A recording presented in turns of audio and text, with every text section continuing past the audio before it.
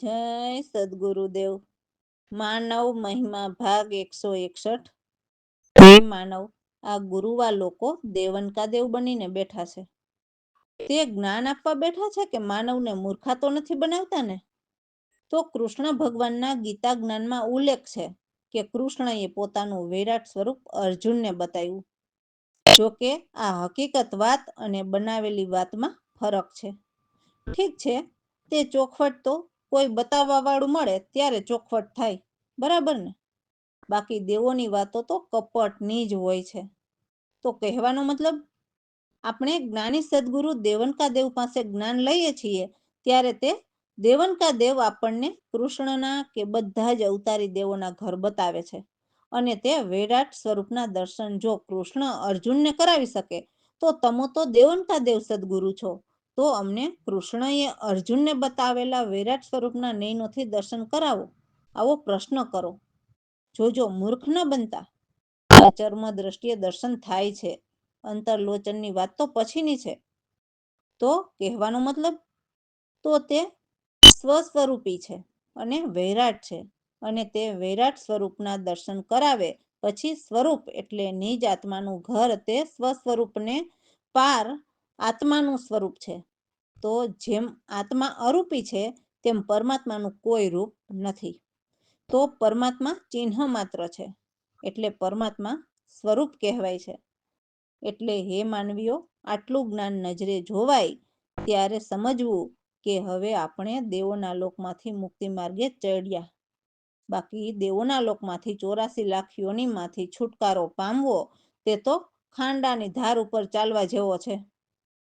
તે તો હોય કૃપા સદગુરુ દેવની તો તે સદગુરુ ખેવટિયો કિનારો લાવી શકે છે.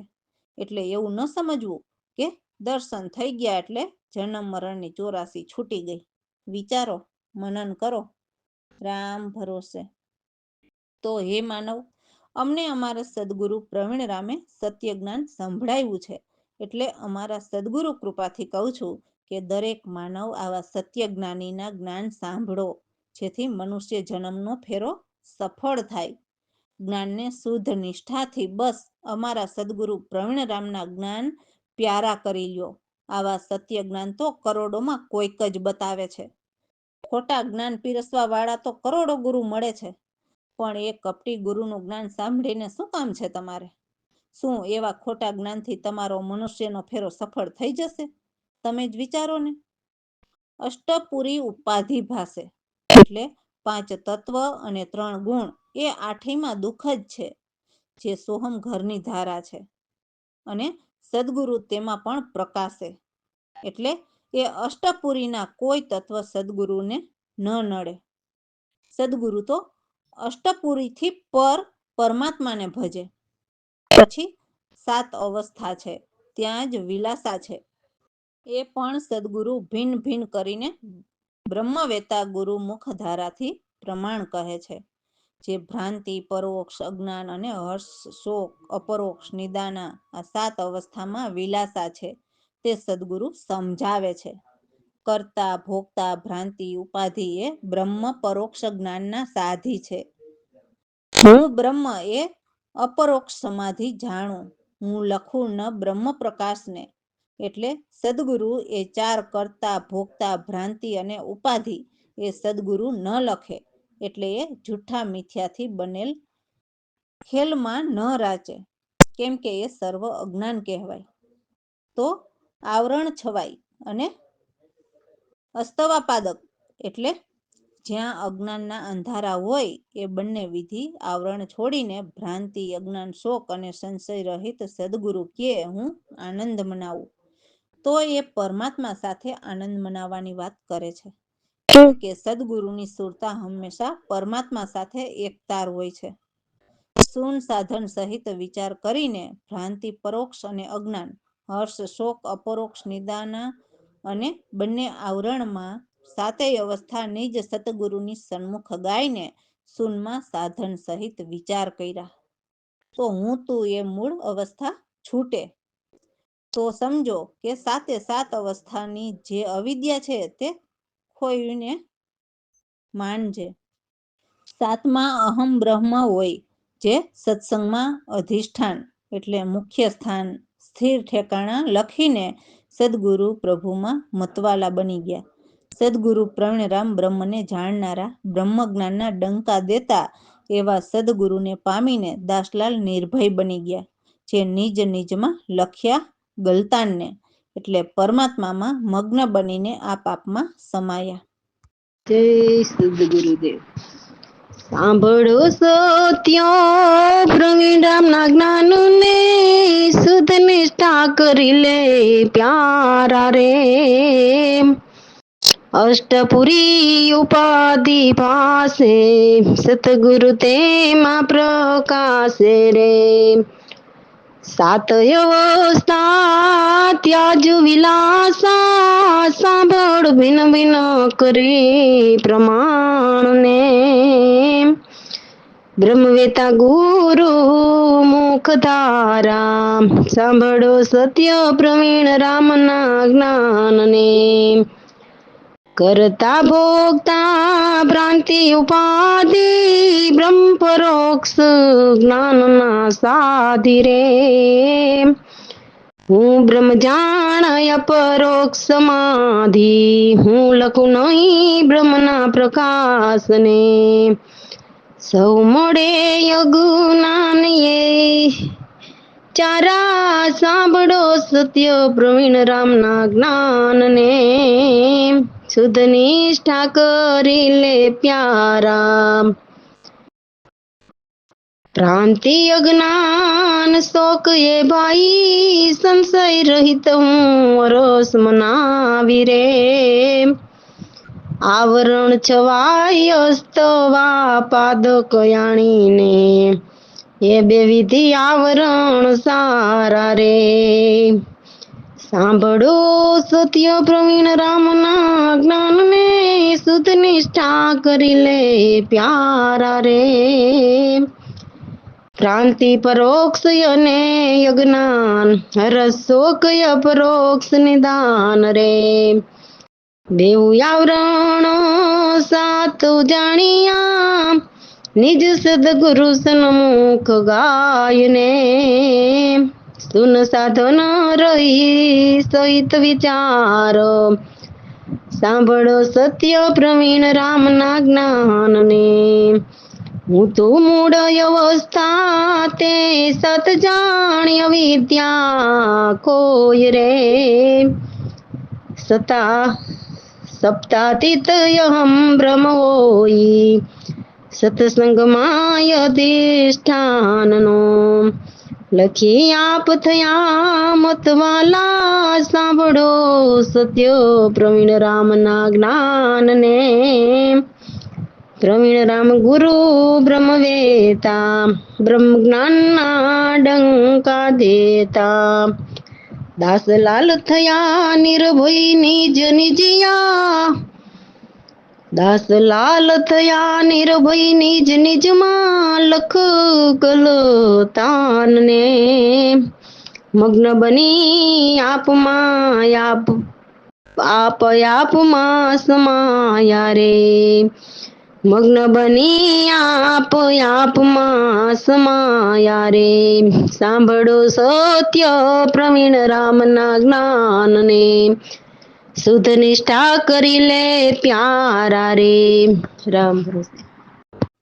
તો સદગુરુ પ્રવીણરામ પાસે દાસલાલ પ્રભુના દર્શન કરાવવાની ભીખ માગે છે અને કહે છે કે હું ભિખારી છું, આપની પાસે ભીખ માગું છું, મને પરમાત્માના દર્શન કરાવી આપો. હે સદગુરુ પ્રભુ, હું કેટલા દૂરથી ચાલીને આપની પાસે તમારા દરબારમાં આવ્યો. હે પ્રભુ, હું આપને દ્વારે ઊભો છું, હું દિલમાં તમારી આશાનો હારી છું, તો મારી આશા પૂર્ણ કરો. હું સંસાર ચક્કરમાં ફર્યો અને રાત દિવસ ખોટો ભટક્યો, પણ હે પ્રભુ, તમારા વિના દુખ્યો જ રહ્યો. તમે જ મારા માતા પિતા અને બંધુ સર્વ સહાયક તમે જ છો. હે સદગુરુ, હું તમારા દાસનો પણ દાસ એમ સેવક માનું છું. હે પ્રભુ, ઘણા પાપ દોષ મારામાં ભરેલા છે, તો મારી ભૂલને ક્ષમા કરો. હે સદગુરુ પ્રવીણરામ, તમે આ દાસલાલની વિનંતી સાંભળો. જય સદગુરુદેવ. બતાવી દે ભીખ દર્શનની પ્રભુ હું છું તમારો ભિખારી દૂરથી ચાલીને આવ્યો તારા દરબારમાં ઉભો છું દ્વાર પર દિલમાં તારી આશાનો હારીશું બતાવી દે ભીખ દર્શનની પ્રભુ હું છું તમારો ભિખારી ફર્યો સંસાર ચકરમાં ભટક્યો રાત દિવસ ખોટો પ્રભુ તારા વિના હું સદા દુખીયો બતાવી દે ભીખ દર્શનને પ્રભુ હું છું તમારો ભિખારી તુજ મારી માતા પિતા બંધુ સહાયક સો તારા દાસનો દાસ સેવક શું બતાવી દે ભીખ દર્શનની પ્રભુ હું છું તમારો ભિખારી કર્યા ઘણા પાપ દોષ ને ક્ષમા કરજે ભૂલોની હે પ્રવીણ રામ સાંભળો વિનંતી દાસ લાલની બતાવી દે ભીખ દર્શનની પ્રભુ હું છું તમારો ભિખારી રામ ભરોસે તો હે પ્રભુ, તમારા પ્રેમનો દીવાનો આ દાસલાલ છે. તો તમે મારી પૂરેપૂરી સંભાળ લેજો. હું તમારા દ્વારે આવ્યો છું. આ બહુ જન્મનો દુખિયારો છે. તો હવે મને ઉગારી લેજો. હે પ્રભુ, હવે મારા કરેલા અનેક કર્મ કપટને હવે બાળો. હું તમારે દ્વાર આવ્યો છું. હે પ્રભુ, મને સુરતા ભજન કરાવજો. હવે આ 52 ફૂલવાડીમાંથી બચાવજો. તો 52 ફૂલવાડી એટલે 16 સોહમના અને 36 ઓહમ શક્તિની માયાના, એમ 52 માંથી અમને બચાવજો. હે પ્રભુ, તમે તો પાંગડાને પગ આપનારા એટલે સુરતા શબ્દનું ભજન કરતા સુરતાને પરમાત્મામાં દોડાવવાની હોય છે. તેને કહે છે કે પાંગડાને પગ આપનારા, અને આંધળાને આંખો આપનારા એટલે પરમાત્માને આંખો વિના ભીતર પ્રગટના દર્શન થઈ શકે છે. તમે એવા દિનના બંધુ હે સદગુરુ પ્રવીણરામ, તમે હવે આ દાસલાલની સાથે જ રહેજો. જય સદગુરુદેવ. પ્રભુ તમારા પ્રેમનો દીવાનો યા દાસલાલ એની પૂરી લેજો સંભાળ રે હું તો આવ્યો તમારે દ્વાર હે પ્રભુ તમારા પ્રેમનો દીવાનો આ દુખિયારો છે બહુ જ નામનો હવે એને લેજો યુગારી પ્રભુ તમારા પ્રેમનો દીવાનો મારા કરમ કપટને હવે બાળો હું આવ્યો તમારે દ્વાર પ્રભુ તમારા પ્રેમનો દીવાનો મને સુરતા ભજન કરાવજો હે મને સુરતા ભજન કરાવજો આ 52 ફૂલવાડીમાંથી બચાવજો પ્રભુ તમારા પ્રેમનો દીવાનો તમે પાંગડાને પગ આપનારા તમે તો આંધળાને આંખ આપનારા, પ્રભુ તમારા પ્રેમનો દીવાનો. તમે દીનના બંધુ પ્રવીણ રામ, હવે દાસલાલની સાથે રેજો, પ્રભુ તમારા પ્રેમનો દીવાનો. રામ ભરોસે. તો આ વાણીમાં સદગુરુ પ્રવીણરામ, તમારું રૂપ એ જ ઈશ્વરનું રૂપ છે. તો મને કૃપા કરીને એ ઈશ્વરનું રૂપ તમારું એ મને ભીતર બતાવી દ્યો. હે પ્રભુ, તમારા સાચા રૂપ તો કોઈ નથી જાણી શક્યું. કેમ કે કોઈ તમારા ઠેકાણા વૈકુંઠમાં બતાવે છે, તો કોઈ કૈલાસ પર્વત ઉપર બતાવે છે, તો કોઈ વળી સમુદ્રની અંદર બતાવે છે, તો કોઈ ચંદ્રમા ઉપર, તો કોઈ કહે સૂરજની ઉપર, કોઈ કહે સારી સૃષ્ટિમાં રહેલો છે, તો કોઈ કહે આપણા હૃદયમાં રહેલો છે. કોઈ યોગીજન ધ્યાન ધરે જો જોવા મળે તો કોઈ નિર્ગુણ નિરંજનનું ધ્યાન ધરે, કોઈ મૂર્તિની પૂજા કરે, તો કોઈ અગ્નિને પૂજે, કોઈ કહે સકળ સંસારમાં પૂર્ણ ભરેલો છે, તો કોઈ કહે વેદાંતના વાદી. તો હે સદગુરુ પ્રવીણરામ, મને સાચા સ્વરૂપના દર્શન આપો અને મારા સર્વ સંશય મટાડીને આ ભવસાગર પાર ઉતારો. રામ ભરોસે.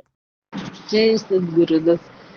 બતાવી દિયો મને ઈશ્વરનું રૂપ તમારું, સદગુરુ કૃપા કરીને કોઈ બતાવે વૈકુંઠ ઉપર, કોઈ બતાવે કૈલાસ પર્વત પર, કોઈ બતાવે સાગરની અંદર, કોઈ કહે સુતા શેષ શયા પર.